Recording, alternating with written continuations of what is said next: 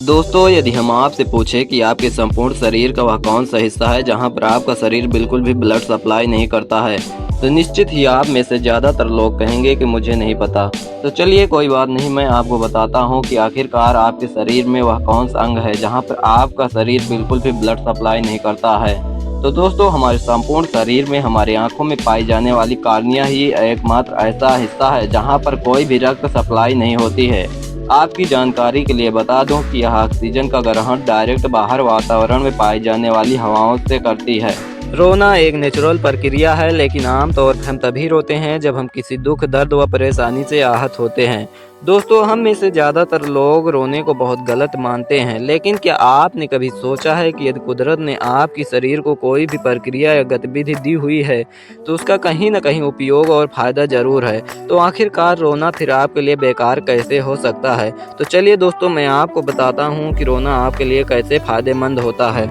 दरअसल दोस्तों, जब हम रोते हैं तो हमारे आंखों से निकले आंसुओं के साथ हमारी सभी दुखद भावनाओं से जुड़े सभी स्ट्रेस हार्मोन्स व कुछ खतरनाक बैक्टीरियाज भी बाहर आ जाते हैं, जिसके पश्चात हमारी सभी दुखद भावनाएं कमज़ोर या कम हो जाती हैं। इसी के साथ ही आपके दिमाग में ऑक्सीटोसिन और एंडोर्फिन जैसे केमिकल्स भी रिलीज होते हैं। ये एक प्रकार के गुड केमिकल्स होते हैं जो हमारे शारीरिक व भावनात्मक दोनों प्रकार के दर्द को कम करते हैं। बस इन्हीं सब वजहों से रोना हमारे लिए फ़ायदेमंद साबित होता है। क्या आपने कभी सोचा है कि जब हमारे पास दो आँखें हैं, तो फिर जब हम कोई चीज़ देखते हैं तो हमें एक ही चीज़ क्यों दिखाई देती है? आखिरकार दो आँखों के होने के बावजूद भी एक कैसे? तो इसका सिंपल सा जवाब है कि हमारे पास आँखें भले ही दो हैं, लेकिन हमारे पास दिमाग सिर्फ एक ही है। दरअसल दोस्तों, होता यह है कि जब हमारी आँखें किसी वस्तु को एक साथ टारगेट करती हैं, तो ये दोनों अलग अलग छवियां बनाती हैं, जो कि एक प्रकार की धुंधली छवि होती हैं। अब हमारा दिमाग इन दोनों छवियों को मिलाकर एक करता है। बस यही वजह है कि हमारे दो आंखें होने के बावजूद भी हमें एक ही वस्तु दिखाई देती है, क्योंकि वर्चुअल में हम आंखों से नहीं बल्कि दिमाग से देखते हैं, क्योंकि जो भी प्रतिबिंब बनती है वो हमारी आंखों में नहीं, हमारे दिमाग में बनती है।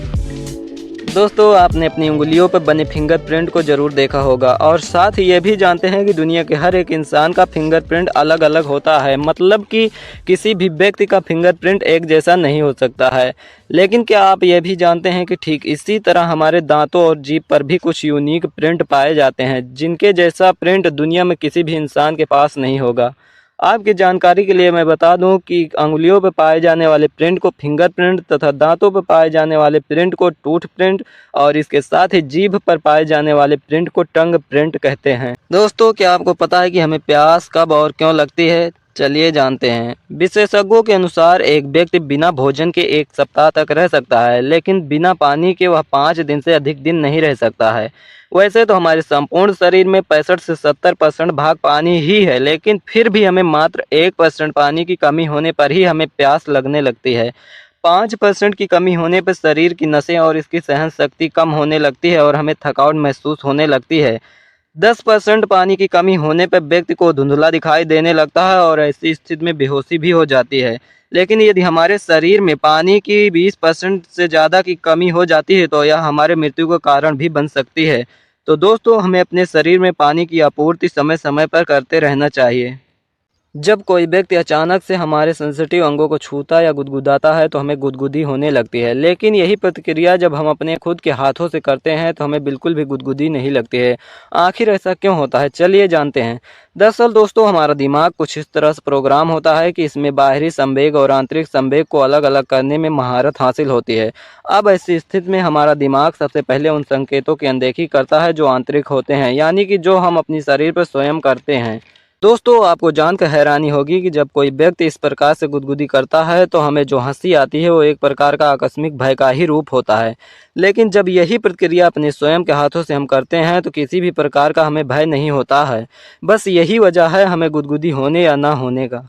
आखिर भोजन करने के पश्चात हमारा मन पढ़ने में क्यों नहीं लगता है और हमें भोजन के पश्चात नींद क्यों आने लगती है? तो चलिए जानते हैं दोस्तों इसके पीछे की वजह क्या है।